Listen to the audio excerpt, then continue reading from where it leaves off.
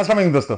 मैं डॉक्टर कामरान आफ्ताब अहमद अपने नए व्लॉग के साथ आपकी खिदमत में हाजिर हूँ। दोस्तों, सबसे पहले तो माजरत के कुछ दिनों की गैर हाजिरी रही। उसकी वजह एक तो ज़ाती किस्म की मसरूफियत थी, दूसरा मेरा ख्याल था कि कोई इतनी शायद अहम डेवलपमेंट्स नहीं हो रही पाकिस्तान में या पाकिस्तान के सियासी मंजरनामे पर जिन पर कोई बात की जाए। मगर आज मुझे अंदाजा हुआ कि मैं शायद गलत था।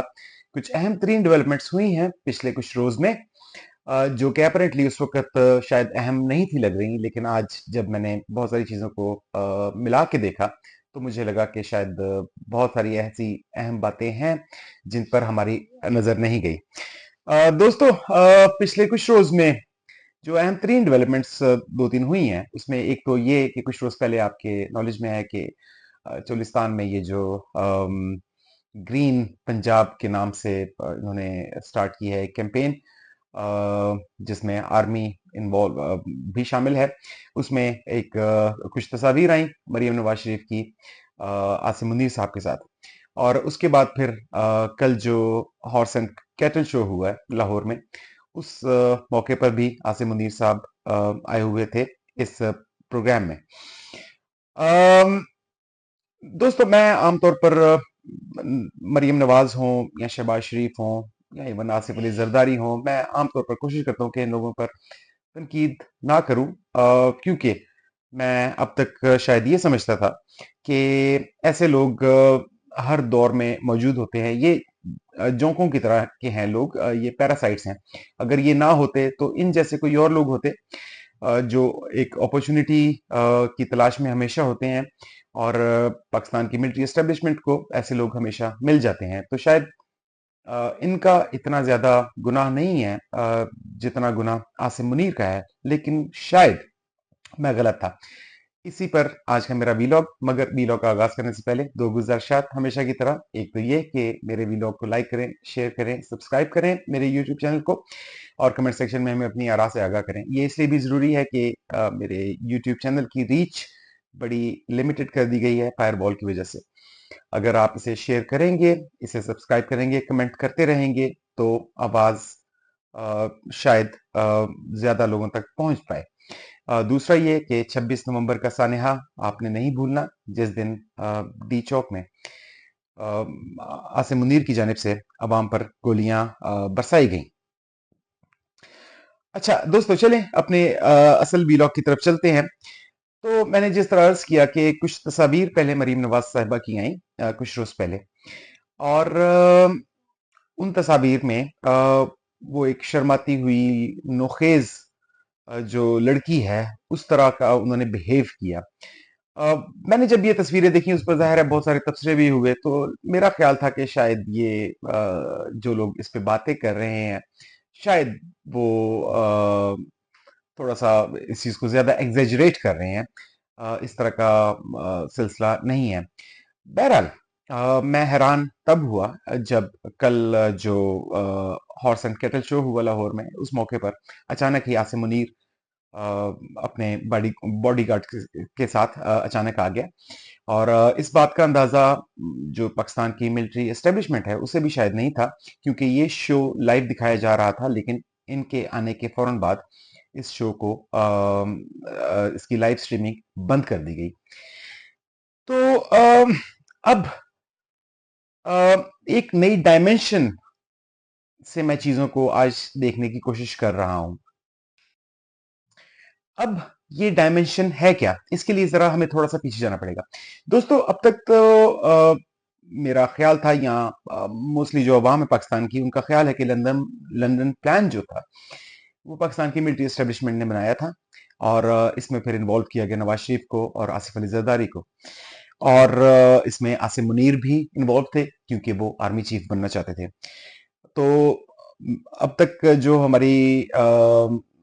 हमारा फोकस था, वो इस जो हमारी अंडरस्टैंडिंग थी, वो ये थी कि इस लंदन प्लान का मकसद ये था कि नून लीग को वापस लाया जाए, और फिर इनके केसेस खत्म करवा कर इनको हुकूमत दी जाए, ताकि वो आसिम मुनीर की एक्सटेंशन आगे कर सकें।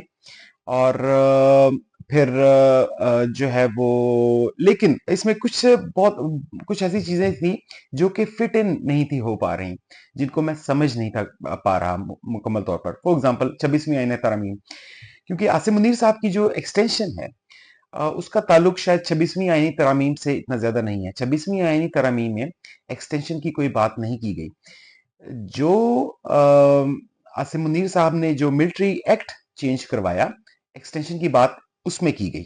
तो फिर 26वीं आईनी तरामीम का मकसद क्या था? अ, क्या इसका मकसद ये था कि इमरान खान के जो केसेस हैं उसमें उन्हें रिलीफ ना मिल सके और इसके लिए अदलिया का ढांचा मुकम्मल तौर पर तब्दील किया जाए? लेकिन अगर आप देखें तो आसिम मुनीर साहब के पास जितनी ताकत है उसके लिए उन्हें ये काम करने के लिए इतना तरद्दुद करने की जरूरत नहीं थी। इस पर मैं बारहा पहले बात भी कर चुका हूं। मुझे समझ नहीं थी आ रही कि 26वीं आईनी तरमीम का फायदा तो सिर्फ हुकूमत को होगा, नवाज शरीफ को होगा, कुछ हद तक आसिफ अली जरदारी साहब को भी हो सकता है, लेकिन उसके अलावा आसिम मुनीर को इसमें से कोई खास फायदा नहीं मिलता हुआ नजर आ रहा। फिर उसके बाद अचानक पीका एक्ट लाया गया और इसको मंजूर किया गया। अब इस पीका एक्ट की भी अगर आप बात करें तो इससे भी कोई आसिम मुनीर को कोई खास फायदा नहीं हुआ, क्योंकि पाकिस्तान में किसी में इतनी जरूरत नहीं है कि वो पाकिस्तान में बैठकर आसिम मुनीर पर किसी किस्म की तनकीद कर सके। और अगर किसी ने तनकीद की कोशिश की आसिम मुनीर पर तो उसको पीका एक्ट के तहत ट्रायल बिल्कुल नहीं किया जाएगा, बल्कि उसको तो वैसे ही गायब कर दिया जाएगा, जो कि पहले से किया जा भी रहा है। तो फिर पीका एक्ट लाने की क्या जरूरत थी? अम, और फिर सबसे बड़ा सवाल जो अब तक जिसका मैं जवाब नहीं था मुझे मिल सका, अ, और मेरी तरह बेशुमार और लोग हैं जिनको ये जवाब नहीं मिल सका कि 26 नवंबर का सानहा क्यों हुआ। क्योंकि लोग इकट्ठे हुए डी चौक में, अगर वो वहां पे रहते तो उससे आसिम मुनीर को तो कोई खतरा नहीं था। आसिम मुनीर के खिलाफ तो लोग इकट्ठे नहीं थे हो रहे, वो तो अपने हकूक के लिए इकट्ठे हो रहे थे। हाँ, इनडायरेक्टली इसका ताल्लुक आसिम मुनीर से था, लेकिन डायरेक्टली तो ताल्लुक नहीं था। इससे डायरेक्टली ताल्लुक जो है वो हुकूमत वक्त का था, यानी कि नून लीग की हुकूमत का। तो फिर इतना कुछ करने के बाद आसिम मुनीर को क्या मिला? यानी कि 26वीं आईनी तरमीम हो, पीका एक्ट हो या 26 नवंबर का सानहा हो, इसके बाद आसिम मुनीर को क्या मिला? उसकी एक्सटेंशन तो ऑलरेडी पक्की है पहले से ही, और आर्मी एक्ट में उसने ऑलरेडी तब्दीली करवा ली है। तो फिर इतने तरद्दुद से उसको फायदा तो कुछ नहीं हुआ, क्योंकि उसको तो सिर्फ नुकसान ही हुआ है। आपने देखा कि 26वें आईनी तरमीम का मलबा भी आसिम मुनीर पर डाला जाता है, पीका एक्ट का भी मलबा उसी पर डाला जाता है। और उसके अलावा जो 26 नवंबर का सानहा हुआ, हमें पता है कि मिलिट्री ने जो गोली चलाई वो आसिम मुनीर के हुक्म पर चलाई। लेकिन क्या ये पॉसिबल है कि आसिम मुनीर खुद कंप्रोमाइज्ड हैं किसी के हाथों? अब दोस्तों, आप जरा सिर्फ कुछ लम्हों के लिए अगर ये एज्यूम करें कि ये सारे काम आसिम मुनीर ने नहीं किए, बल्कि मरियम नवाज ने किए हैं, तो फिर आपको इन सारे कामों की मंतक समझ आती है। पीका एक्ट जो लाया गया और जो अब तक केसेस बनाए गए, वो सिर्फ उन लोगों पर बनाए गए जिन्होंने मरियम नवाज पर तनकीद की।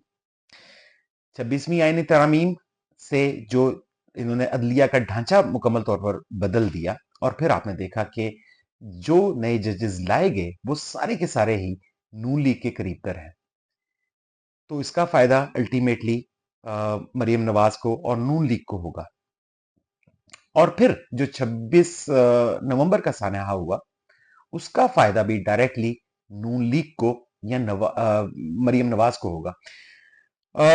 तो अगर हम ये ज्यूम कर लें कि ये सारे काम मरियम नवाज ने करवाए हैं और आसिम मुनीर सिर्फ एक कठपुतली की तरह मजबूर था ये काम करने में, तो आपको कुछ बात समझ आना शुरू हो जाती है। फिर दोस्तों, इन तस्वीर के अलावा जो कि अब तवातर से शाया की जा रही हैं, जिसमें मरियम नवाज और आसिम मुनीर को बड़ी कुर्बत करते हुए दिखाया जा रहा है, और फिर इस तरह की खबरें बार बार हमें मिलती हैं कि मरियम नवाज किसी खुफिया मुलाकात करने के लिए आसिम मुनीर के साहब के पास चली गई और वहां पर 4 घंटे की मुलाकात हुई या 6 घंटे की मुलाकात हुई। मुझे समझ नहीं आता कि इस दौर में मरियम नवाज चले फॉर्म 47 पर ही सही, लेकिन फिर भी वो वजीर आला पंजाब हैं।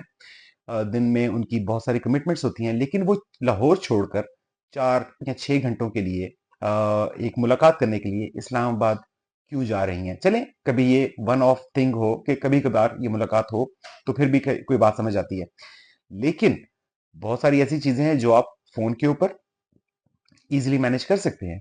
तो फिर ये फिजिकल मुलाकातों का क्या ताल्लुक हुआ, और वो भी इतने तबातुर के साथ।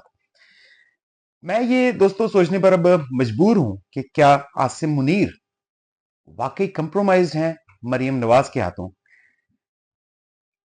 अगर वो कंप्रोमाइज हैं तो इस कंप्रोमाइज होने की वजह क्या है, इसकी इनकी मजबूरी की वजह क्या है।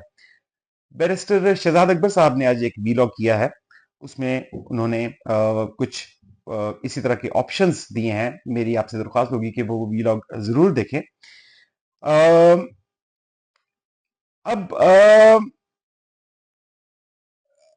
एक सवाल उसके बाद जो मेरे जहन में उठता है वो ये कि क्या मरियम नवाज पाकिस्तान की सियासत में इस वक्त वही किरदार अदा कर रही हैं जो कि जनरल रानी किया करती थी एक जमाने में, या के मार्शल लॉ में। और क्या आसिम मुनीर वाकई सिर्फ एक कठपुतली किस्म का चीफ ऑफ आर्मी स्टाफ है। दोस्तों, इस सवाल का जवाब इसलिए जरूरी है कि अब तक जो पाकिस्तान तहरीक इंसाफ या पाकिस्तान की अवाम की जो सारी तवानाइयां हैं वो इस बात पर खर्च हो रही हैं कि आसिम मुनीर को किसी तरीके से बैरक में वापस भिजवाया जाए। और आम लोगों का ख्याल यही है, मुझ समेत, कि जो कुछ पाकिस्तान में हो रहा है वो आसिम मुनीर की वजह से हो रहा है, या आसिम मुनीर वो कर रहा है। लेकिन अगर दर पर्दा इसमें नवाज शरीफ या मरियम नवाज इन्वॉल्व हैं तो दोस्तों फिर मेरे ख्याल में पाकिस्तान तहरीक इंसाफ को इस एस्पेक्ट को भी देखना पड़ेगा, और अपनी तवानाइयां इस तरफ भी इस्तेमाल करनी पड़ेंगी। अगर वो ये समझते हैं, जिसका खैर फैसला कुछ अगले कुछ दिनों में या कुछ हफ्तों में जरूर हो जाएगा, कि क्या मरियम नवाज बाकी इतनी पावरफुल है कि वो आसिम मुनीर से ये सारे काम करवा सकती है। तो फिर पाकिस्तान तहरीक इंसाफ को कम अज कम अपनी तवानाइयां इस बात पर भी सर्फ करनी पड़ेंगी कि मरियम नवाज की हुकूमत का खात्मा हो। जो इमरान खान साहब बार बार हमें कहते हैं या आम आवाम को कहते हैं कि बात हुकूमत से नहीं होगी बल्कि बात पाकिस्तान की मिलिट्री एस्टेब्लिशमेंट से होगी, शायद उन्हें भी जरूरत है इसको रीथिंक करने की कि वाकई आसिम मुनीर ही क्या पाकिस्तान में ताकत का महवर है, या इसके पीछे मरियम नवाज है जो कि ताकत का एक महवर और है। क्योंकि फिर इस सूरत में उन्हें बात हुकूमत से भी करनी पड़ेगी। और फिर दोस्तों इस सवाल का जवाब इसलिए भी जरूरी है ताकि पाकिस्तान तहरीक इंसाफ जो है वो फिर ट्रेडिशनल किस्म की मज़ाहमत की सियासत करे, जो कि कोई भी एक अपोजिशन पार्टी कर सकती है पाकिस्तान में या करती आई है। ना कि वो मुकम्मल जोर इस बात पर लगाए कि आसिम मुनीर को किसी तरीके से बैरकों में वापस भिजवाया जाए। क्योंकि दोस्तों अगर इस सारे खेल के पीछे मरियम नवाज या नून लीग की जो बाकी लीडरशिप है वो इन्वॉल्व है, तो फिर आपको याद रखना होगा कि आसिम मुनीर के जाने से शायद कोई इतना ज्यादा फर्क ना पड़े, इसकी जगह कोई नया आसिम मुनीर खड़ा कर दिया जाएगा। बहरहाल दोस्तों, मुझे अपने अगले वीलॉग तक इजाजत दीजिए और अपना ख्याल रखिए। पाकिस्तान जिंदाबाद।